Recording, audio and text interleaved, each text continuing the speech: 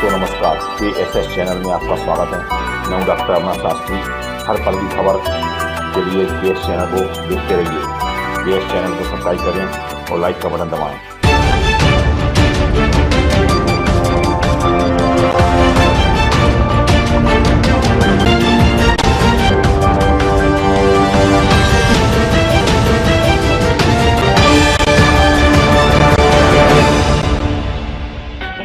मैं हूं डॉक्टर अमर शास्त्री। किंग सिंह समाचार चैनल के इसमें चैनल है, इसको लाइक और शेयर करें और दूसरों को भी शेयर और लाइक करवाएं। धन्यवाद। डॉक्टर अमर शास्त्री किंग सिंह समाचार चैनल के इसमें आपका स्वागत है। कल दिवस नरोत्तम मिश्रा जी की प्रेस वार्ता हुई। उन्होंने कोरोना वायरस के बारे में पूरी विस्तार से जानकारी दी और साथ में पत्रकारों के जवाब भी दिए। उन्होंने क्या कहा, देखिए रिपोर्ट। किसी के महलों में रहने वाले दूसरों को पत्थर नहीं फेंकते।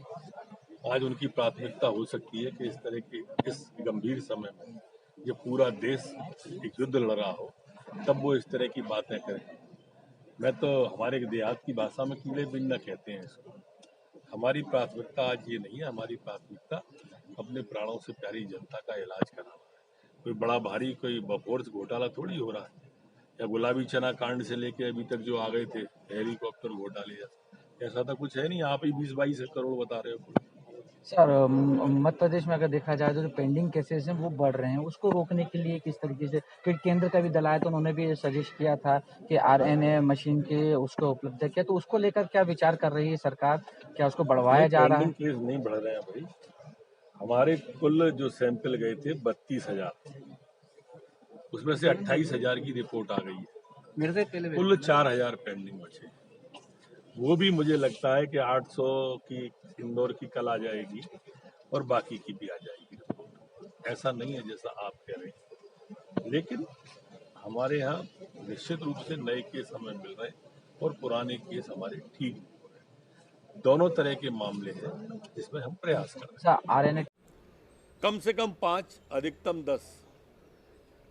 सर, एक आज प्रधानमंत्री नरेंद्र मोदी जी के साथ कॉन्फ्रेंस हुई है, वीडियो कॉन्फ्रेंस, क्या दिशा निर्देश मिले हैं और प्रदेश में अब आगे किस तरह से आप?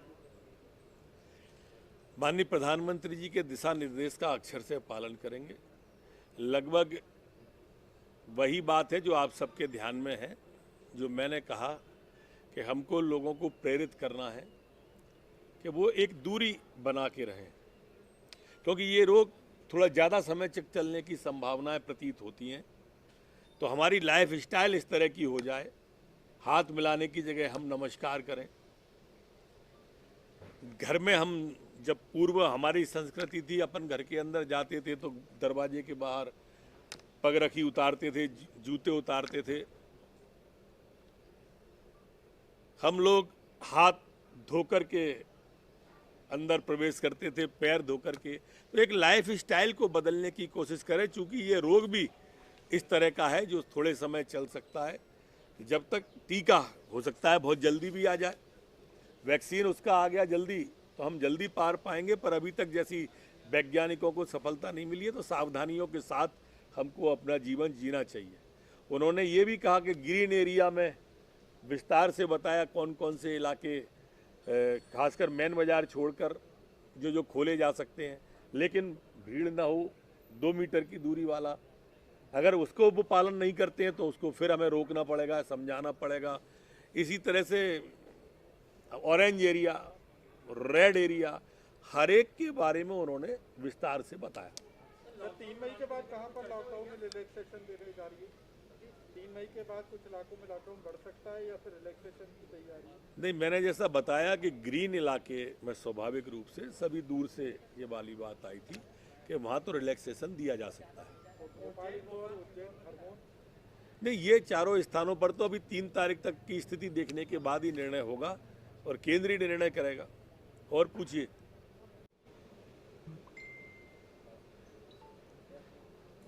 यस राहुल, बोलो तो। कल का दिन थोड़ा राहत का रिपोर्ट आई, तब इसलिए था कि किसका है, मेरी। एक बार जरा कुछ पूछ। ये वो अंग्रेजी शब्द क्या था बेटा? 2084 सैंपल टेस्ट हुए, उसमें 74 पॉजिटिव आए थे। भोपाल के कल 1000 सैंपल टेस्ट हुए थे, कुल 14 पॉजिटिव आए। कई दिन बाद ऐसा हुआ कि डबल डिजिट पे आए हैं, वरना ट्रिपल डिजिट पे ही थे। लेकिन कल इंदौर के 800 सैंपल की रिपोर्ट आएगी और हमको ऐसा, मेरी निजी राय तो ऐसी है कि कल एक हल्का जंप हमको फिर आएगा कल। लेकिन अच्छी बात यह है कि ये सब वही रिपोर्टें हैं जो लोग हमने क्वारंटाइन करके रखे हुए हैं, हमारी निगरानी में है, हमारे इलाज में है, हमारी व्यवस्था में है। इसलिए चिंता जैसी कोई बात नहीं है।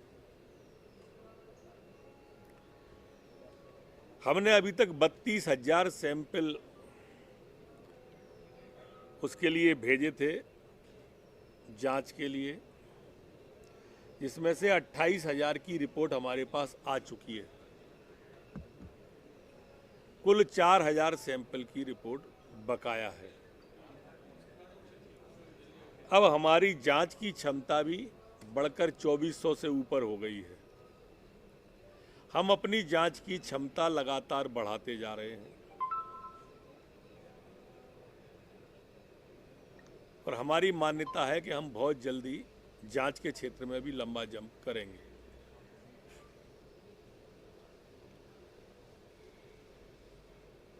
सरकार ने तय किया है, एक वरिष्ठ आईएएस अधिकारी, एक वरिष्ठ स्वास्थ्य का अधिकारी, सीएमएचओ या सिविल सर्जन से ऊपर का, प्रशासनिक क्षेत्र का आवश्यकता होगी तो प्रशासनिक क्षेत्र के अधिकारी, एक ऐसा दल है जो कुछ प्रमुख शहरों में जाएगा और वहीं कैंप करेगा। आईएएस, आईपीएस ये वरिष्ठ अधिकारी होंगे, सीएमएचओ, सिविल सर्जन, जेडी इस स्तर के अधिकारी होंगे, खाद्य के भी अधिकारी होंगे उसमें। इंदौर में भी, उज्जैन में भी, खरगोन में भी, और इस तरह के जो संभावित जिले हैं इन सभी जिलों में जाकर सभी व्यवस्थाओं का सर्वे होगा और ये दल पूरे प्रमुख स्थानों पर जाकर कैंप करेंगे वहीं पर।